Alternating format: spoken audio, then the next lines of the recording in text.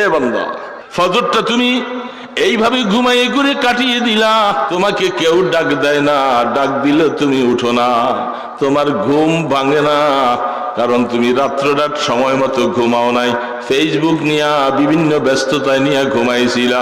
ফজরের সময় যখন আওয়াজ আসলো, এ বান্দা, তোমার ঘুম থেকে আল্লাহর হুকুম নামাজটা বড়। একটা মোরগের মতো ঈমান অধিকার হতে পারলাম না, বড় আফসোস লাগে। ফজরের আজানের সময়, শেষ রাত্রের সময়, তাহাজ্জুদের সময় গ্রামগঞ্জে আমার ইমানদার বাবাজিরা দেখবা যে ঘরের মধ্যে কয়েকটা দুই একটা মোরগ আছে, তারা কুহ কুহ করে শেষ রাত্রে ডাকতে থাকে। আল্লাহ রসুল বলতেছে, উম্মতেরা, মোরগ যখন তোমাকে ডাকে, সে তোমাকে নামাজের কথা স্মরণ করে দেয়।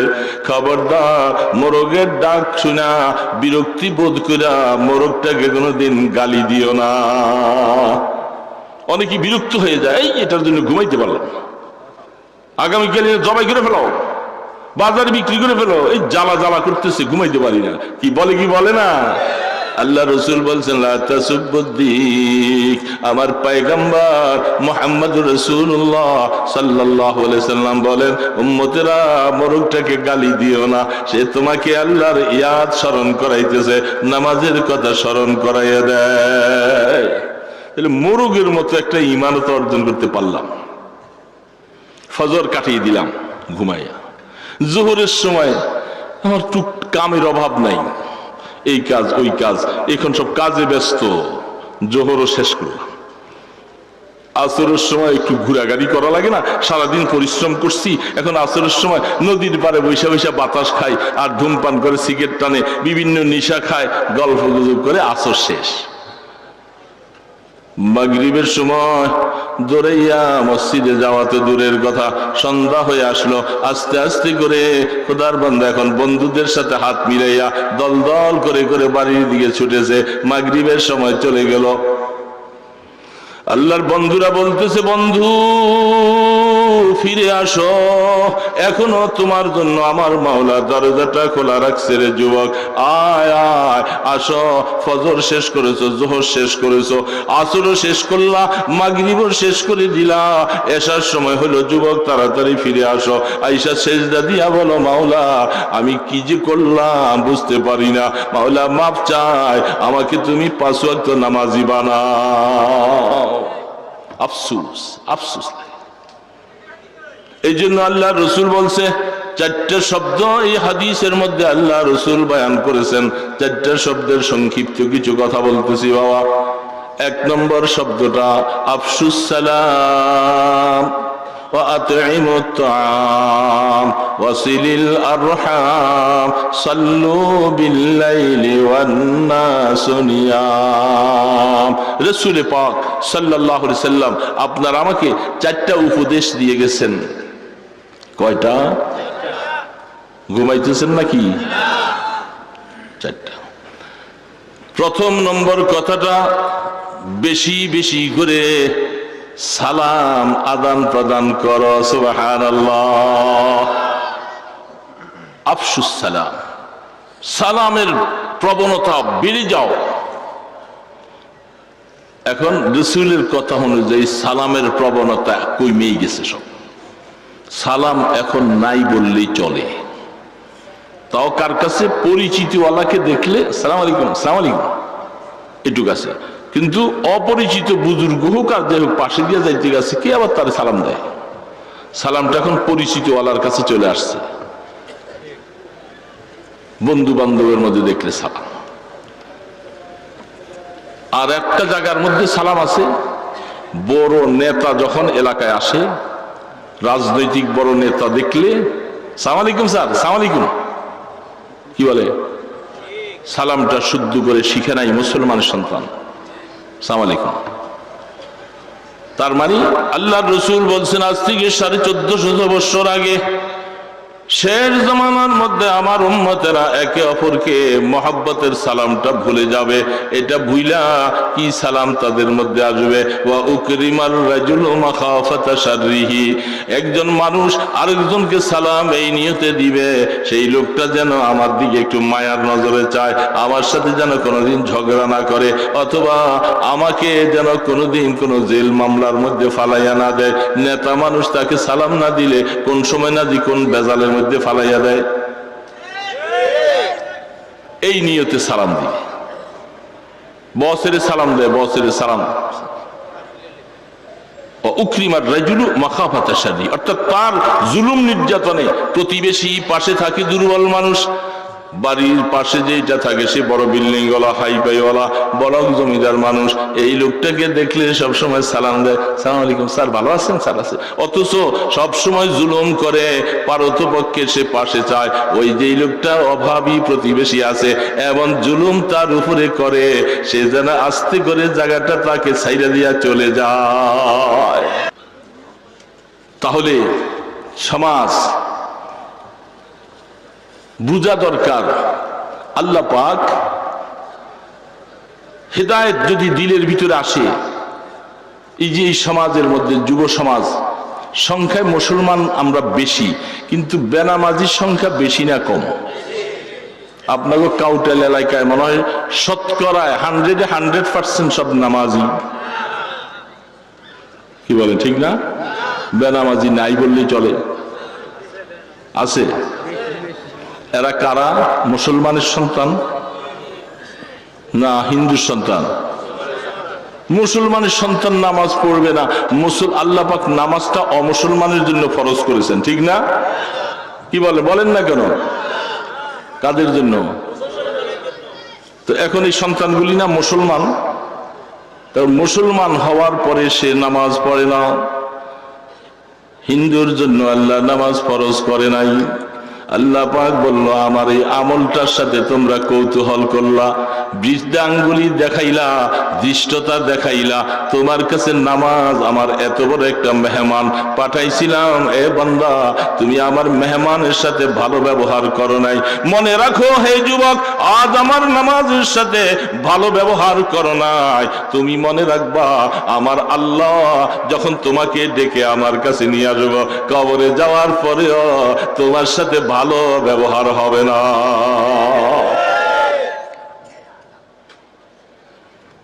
ভালো ব্যবহার হবে না।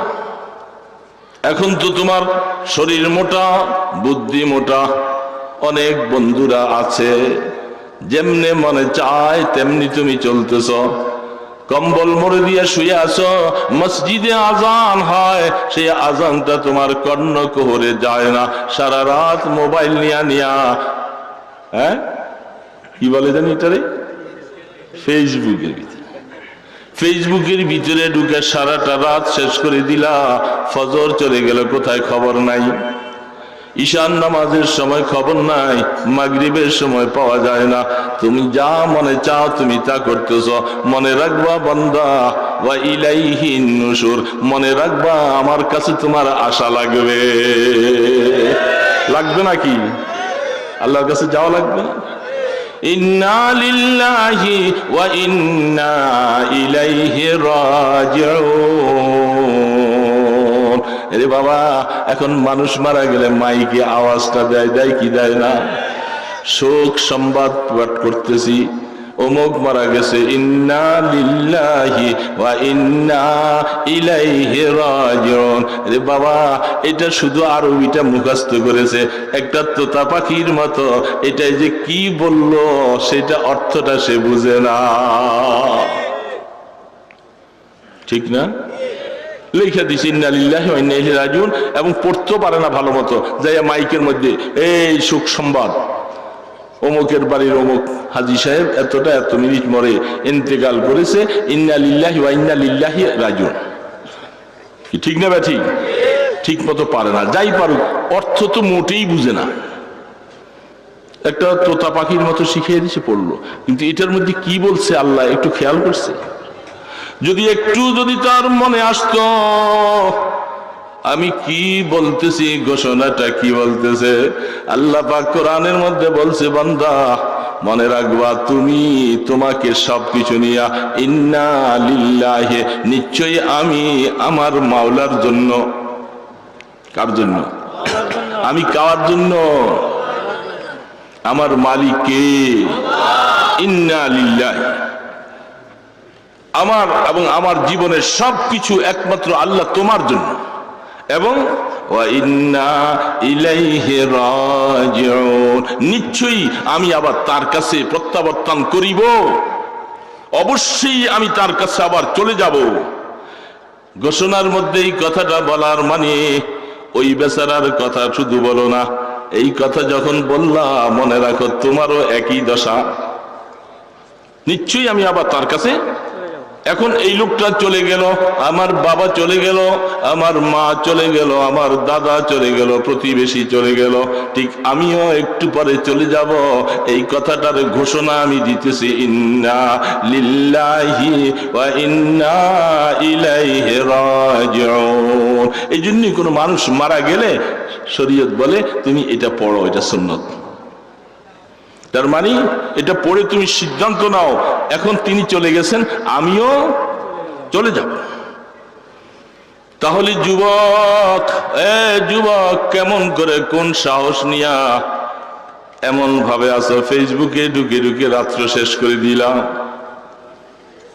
ঘুমিয়ে কাজা করেছো ফজর, তখনই জাগনি যখনই জোহর, হেলায় খেলায় কেটেছো আসর, মাগরিবের ওই আজান শুনানি, এখনো জামাতে হাওরে শামিল, জামাতে তোমার আছে স্থান। আপনারা তো এই পারে মানুষ এটা বুঝেন ভালো, তাহলে বোঝা যায় নদী পথে মুনাফা বেশি, লাভ বেশি না, মুনাফা বেশি, ক্ষতি সংখ্যাটা কম। আর উপরে ট্রাকের মাধ্যমে বহন করলে সেখানে খরচ বেশি হয়, লাভ কম হয়। কি ঠিক না ব্যাঠি? এই কথাটা আপনারা একমত কিনা আগে বলেন না, ঠিক না ব্যাঠি? আওয়াজ না করলে তো বলবো যে আমার কথাটাই আসলে। দুইটার মধ্যে বুঝে আসছে নদী পথে লাভ বেশি, খরচ কম, উপরের পথে স্থলভাগে লাভ কম, খরচ বেশি। কিন্তু নদীর পথে আশঙ্কাটা বেশি, মাল বরবাদ হয়ে যাওয়ার আশঙ্কা বেশি, যেটা উপরের রাস্তায় স্থলভাগে নয়, উপরে শুকনা রাস্তায় যাওয়ার দ্বারা ক্ষতির আশঙ্কাটা কম, লাভও কম। নদীর মধ্যে যদি জাহাজ নিয়ে চলতে থাকো, লাভ কখন বোঝা যাবে? যদি লাভ অনুযায়ী ওই সময় পাবে সমস্ত মালগুলাকে নিরাপদে আনলোড করে যদি উপরে উঠানো যায়, ঠিক না ব্যাঠি? আল্লাহ না করুক নদী পথে জাহাজটা যদি ডুবে যায়, হ্যাঁ, ক্ষতি খুব হালকা না? জাহাজ ডুবে যায়, মালও গেল, হতে পারে অনেক সময় জানও যাইতে পারে, পুরা জাহাজটাও চলে যায়, বহু ক্ষতি হয়ে যায়, লাভ তো এখন দূরের কথা, আসল নাই। আর উপরে অ্যাক্সিডেন্ট হয়ে একটা গাড়ি কাছিয়া পড়ে গেলে, ট্রাকটা পড়ে গেলে আশা করি অর্ধেক হইলেও তো পাওয়া যায়, ঠিক না? কিন্তু সেখানে খরচ বেশি ছিল, লাভ কম ছিল। এখন লাভ কম হলেও কিন্তু মালের অর্ধেক পাওয়ার আশা আছে না নাই? নদীর মধ্যে গেলে কি যাবে সব? শেখ সাদি রহমতুল্লাহ আলাই এই উপমা পেশ করে বলতেছে, বদরিয়া দর মুনাফে বা শুমারাস, अगर खाही सलामत बर किनारा। এ দুনিয়ার মুসলমানেরা ভালো করে শোনো, নদী পথে যদিও লাভ বেশি হয়, আশঙ্কা অনেক বেশি, সেইখানে ক্ষতির আশঙ্কাটা অনেক বেশি, পুরা চালান চলে যেতে পারে। তখন তুমি লাভ গুনবা যদি তোমার সবগুলি মাল নিরাপদে যদি তুমি উপরে উঠাইতে পারো, ঠিক না বেটি? এমনি ভাবে শেখ সাদি রহমতুল্লাহ আলাইহির পড়া বুঝাবার উদ্দেশ্য হলো, এই ইমানদার মুসলমান, আপনার আমার 3.5 হাত একটা বড় জাহাজ, 3.5 হাত বডিটা, এটা একটা জাহাজের মতো, নৌকার মতো, বহু মাল সম্পদ এটার ভিতরে আছে, আছে না নাই? এই 3.5 হাত বডির মধ্যে বহু মূল্যবান সম্পদ আছে না নাই বাবা? কোটি কোটি টাকার সম্পদ আছে, এটা দুনিয়া নামক এই সমুদ্রের মধ্যে আল্লাহ পাক আপনাকে আমাকে ছেড়ে দিয়েছে। এ বান্দা, তুমি চলতে থাকো কতদিন পর্যন্ত? যেদিন জমিনের মধ্যে আসলা, মৃত্যুর দুয়ারে যাওয়ার আগ পর্যন্ত 70 বছর, 80 বছর, 100 বছর পর্যন্ত এই স্টিমারটা নিয়া এই সমুদ্র নামক দুনিয়া নামক সমুদ্রের মধ্যে চালাইতে থাকো। এটার মাধ্যমে বহু লাভ করা যাবে যদি তুমি নিরাপদে মৌতের সময় যদি ঈমানটা নিয়ে কবরে যেতে পারো। আর নতুবা জীবনের 60-70 বছর হায়াতটা কাটাইলাম এখানে স্টিমার আর লঞ্চ চালাইলাম, কত মাল লোড আনলোড করলাম, আল্লাহ না করুক কপাল যদি খারাপ হয়, মওতের সময় যদি ঈমান চলে যায়, বরবাদ যদি হয়ে যায়, সারাটা জিন্দেগি তোমার সাগরে ডুবে চলে গেল, তোমার 2 পয়সাও লাভ হবে না। बदरिया दर मुनाफे बाशुमारात अगर खाही सलामत बर किनारात। এ যুবক বাবা, আসো, জীবনের শুরু হয়েছে 20 বছর, 25 বছর, 30 বছর হয়েছে, হায়াত আল্লাহ পাক তৌফিক দিলে আরো 20, 30, 40, 50 বছর বাঁচবা। বান্দা, কি নিয়ে বাঁচতে চাও? আমার আল্লাহকে নিয়ে বাঁচতে চাও, নৌকাটাকে কিনারে ভিড়াইবার চেষ্টা করো। যদি তা না করো, নিজের মন গড়া মতো চলো, সুদি কারবারে ঢুকলা, ঈমান হারা করে দিলা, নামাজ নাই, রোজা নাই, হজ নাই, যাকাত নাই, সত্য কথা নাই, সব উল্টা পাল্টা চললা, তাহলে মনে রাখবা স্টিমারটা কিনারে নিরাপদে যাবে না, এটা ধ্বংস হয়ে যাবে একদিন। এই ধ্বংসের অবস্থাটা খুব ভয়াবহ।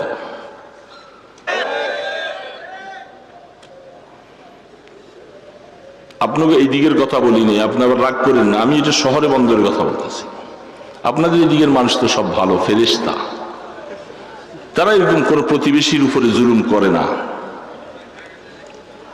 রাসূল বলতেছেন 24,000 বার জিবরিল আলাইহিস সালাতু ওয়াস সালাম আমার কাছে ওহী নিয়ে আসছিল। একবার নয়, 2 বার নয়, 1000 বার, 2000 বার নয়, 24,000 বার জিবরিল আমার কাছে আসে। যতবার জিবরিল আসে, যাইবার সময় আমাকে এই কথাটা বলে যায়, ওগো রাসূল, আপনার উম্মতকে বলে দিবেন প্রতিবেশীর হক যেন আদায় করে। বারবার করে বলে যায়, তুমি যদি পেট ভরে খাও, তোমার পাশে তোমার প্রতিবেশী যদি না খেয়ে যদি থাকে, তুমি নামাজ রোজা পড়লেও তোমার ইবাদত আল্লাহ কবুল করবে না। প্রতিবেশী, সেই জায়গার মধ্যে রাসূল বলেন, যতবার আমাকে বারবার করে প্রতিবেশীর কথা বলে যায়, আমি মনে করেছিলাম প্রতিবেশীকে মনে হয় আমার সম্পদের উপরে মিরাস বসাইয়া দিবে, নতুবা এতবার কেন প্রতিবেশীর কথা বলতেছে? একবার নয়, 2 বার নয়, 24,000 বার প্রতিবেশীর ব্যাপারে রাসূল সতর্কবাণী বলে যায়। এমন কি বলা হচ্ছে, তুমি যদি ঘরের মধ্যে ভালো কোনো খাবার তৈরি করো, প্রতিবেশীকে তুমি না দিয়া খেও না, যদি দিবার মতো সমর্থ না থাকে একটু সুরবা বাড়াইয়া দিবা, গোশতটার মধ্যে তাকে গোশত দিতে না পারলেও একটু সুরবা হলো প্রতিবেশীর ঘরে পৌঁছাইও। বড় আফসোস লাগে, বড় জমিদারের মতো থাকো, ল্যাংরা আম, বহুত মিষ্টি জাতীয় আম, তোমার কামাই ভালো, ছেলের কামাই ভালো, পাশে প্রতিবেশী অভাবী গরিব মানুষ দিন মজুর কষ্টে থাকে, তুমি কোনোদিন পারো নাই তার ঘরে 1 কেজি আমটা পৌঁছাইয়ে দিতে। তোমার ঘরের মধ্যে রাসূল বলতেছে, যদি তুমি দিতে নাও পারো, তোমার ঘরের মধ্যে তোমার বাচ্চাগুলাকে সেই আমটা খাওয়াইতে দিবে, দরজা বন্ধ করে খাওয়াবে, ঘরের বাহিরে যেন আমটা নিয়ে বেরে না হয়, তাহলে পাশের যে লোকটা, সেই লোকের বাচ্চাগুলি দেখা তাদের মাকে যাইয়া বিরক্ত করবে, মা, এই লোকটা তাদের ঘরের মধ্যে ছেলেরা আম খায়, আমার আব্বুকে বলো আনতে, তখন বাবার কামাই নাই, আনতে পারে না, তখন ঘরের মধ্যে সে দরজা লাগাইয়া চোখের পানি ছেড়ে কাঁদবে। এই কান্দাটার কারণে তোমার সম্পদ সহ তোমাকে বরবাদ করে দিবে। প্রতিবেশীর হক, কোরআনের মধ্যে বারবার বলতে ওয়াল জারিজিল কুরবা ওয়াল জারিজিল জুনুবে ওয়াবনিস সালিম ওয়াস সাহিবি বিল জামবে ওয়াবনিস সাবিল। আমার আল্লাহ কোরআন শরীফে লম্বা আয়াত নাজিল করে বলছেন, সামান্য সময়ের জন্য একটা রিকশার মধ্যে, গাড়ির মধ্যে যদি দুইজন পাশাপাশি বসো, সামান্য সময়ের জন্য হলো সে তোমার প্রতিবেশী, এই প্রতিবেশীর সাথে তোমার আচরণ যেন ভালো হয়। কোনদিন যেন প্রতিবেশী তোমার ব্যাপারে আল্লাহ পাকের কাছে যেন দরখাস্ত পেশ না করে, আল্লাহ তার জুলুম নির্যাতনে আমি বাঁচতে পারি না। আল্লাহ বলে খবরদার, কিয়ামতের ময়দানে তোমাকে অত্যন্ত কঠিন পানিশমেন্ট দেওয়া হবে। প্রতিবেশী, তো প্রতিবেশীর সাথে ভালো আচরণ কে করবে? যার অন্তরের ভিতরে আল্লাহর ভয় আছে, আখিরাতের ভয় আছে, সে প্রতিবেশীর সাথে ভালো আচরণ করবে, ঠিক না? আমাদের হালাত কি? আমরা প্রতিবেশীর সাথে ভালো করতে পারি না, সালাম দিতে পারি না, এবং গরিব মানুষ হলে তাকে কোনোদিন সালাম দেই না। বড় মানুষ হলে তার জানাজার মধ্যে মানুষের অভাব নাই। গরিব একটা মানুষ যদি মারা যায়, তার জানাজার মধ্যে মানুষ পাওয়া যায় না, ঠিক না? কারণ বড় লোকের বাড়িতে গেলে খাওনটা খুব মজা পাবো, 4 দিন না 40 দিন না ডাঁটের খাওন পাবো, ঠিক না? এই গরিব মানুষ বেচারা নিজে খাইতে পায় না, আর খাওয়াইব কি? এই আশায় ঘুরতেছে। আপনাকে এদিকে তো 40 আর 4 দিন না, এগুলি নাই মনে হয়, আছে। ভালো, একটা মানুষ মারা গেলেই মনে মনে চিন্তা করে, আল্লাহ শুকুর 4 দিনের দিন একটা খাওন তো আছে, আবার 40 দিনের অপেক্ষা আছে, কবে 40-এ আসবে, কিরে কবে রে তোর বাবার খাওন কবে রে? দেখা হইলে মাঝে মধ্যে বলে, এই চিন্তা করতেছে 40-এর একটা খাওয়ান খাইব। আবার 1 বছর পর আসলে ওই মৃত্যুবার্ষিকীর দিন হলে মনে হয় যে আরে 1 বছর আসছে, কিরে তোর বাবার মৃত্যুবার্ষিকী কবে রে? ওই বেটাকে, বাবা আমার ঘরে ভাত নাই, আমি চলতে পারি না, এই মানুষের জ্বালায় বাঁচতেছি না, রাস্তাঘাটে হাঁটলেই কালকে মৃত্যুবার্ষিকী কবে, 40-এ কবে, ছি ছি ছি, লজ্জা। এইরকম আশায় বসে থাকে মুসলমান, না? এটা প্রতিবেশীর হক, বুঝছেন না? আল্লাহু আকবার। অথচ প্রতিবেশী হক সম্পর্কে আল্লাহ রসুল আরো কত বলছে। আল্লাহ রসুলের আপন চাচাতো ভাই হযরত জাফর বিন তাইয়ার রাদিয়াল্লাহু তাআলা আনহু মওতার যুদ্ধের মধ্যে শাহাদাত বরণ করলেন। আল্লাহর পয়গম্বর যখন দেখলেন, সাথে সাথে জাফরের ঘরে যাইয়া তাদের হাল পুরসি করে সান্ত্বনা দিলেন, এবং 3 দিন পর্যন্ত তাদের ঘরে এতিম বাচ্চাগুলি ঘরে আছে, বাবা চলে যায়। রাসূলকে দেখে জড়াইয়া ধরে চোখের পানিগুলি ছেড়ে দিলেন, ওগো আল্লাহর পয়গম্বর, আমার আব্বা কোথায়, আমার আব্বা কোথায়? রাসূল এই কথা শোনার সাথে সাথে চোখের পানিগুলি জার জার করে ছেড়ে দিলেন, তোমার আব্বা আল্লাহ পাকের কাছে চলে গেছে। তাদের ঘরে 3 দিন পর্যন্ত খাবারটা পৌঁছাইয়া দিলেন। এটা রসুলের আদর্শ। কোন মানুষ যদি পাড়া প্রতিবেশীর মধ্যে মারা যায়, সাধ্য অনুসারে তাদের ঘরের মধ্যে কিছু খাবার দিও। আর আমরা কত নিজের আত্মার মধ্যে কত নরম অবস্থা, আমাদের জীবনটা এমন হইল 4 দিনের পরে আমরা সেই ঘরে যাইয়া পেট ভরে খাইতে বসি, লজ্জা করে না? গরিব মানুষ চাঁদা উঠাইয়া তারপরে 40-এ করা লাগে, 4 দিনা করা লাগে। আশ্চর্য, খাওয়াইলাম তো নাই, আরো 4 দিন পরে যায়, 4 দিনের দিন তার ঘরে যে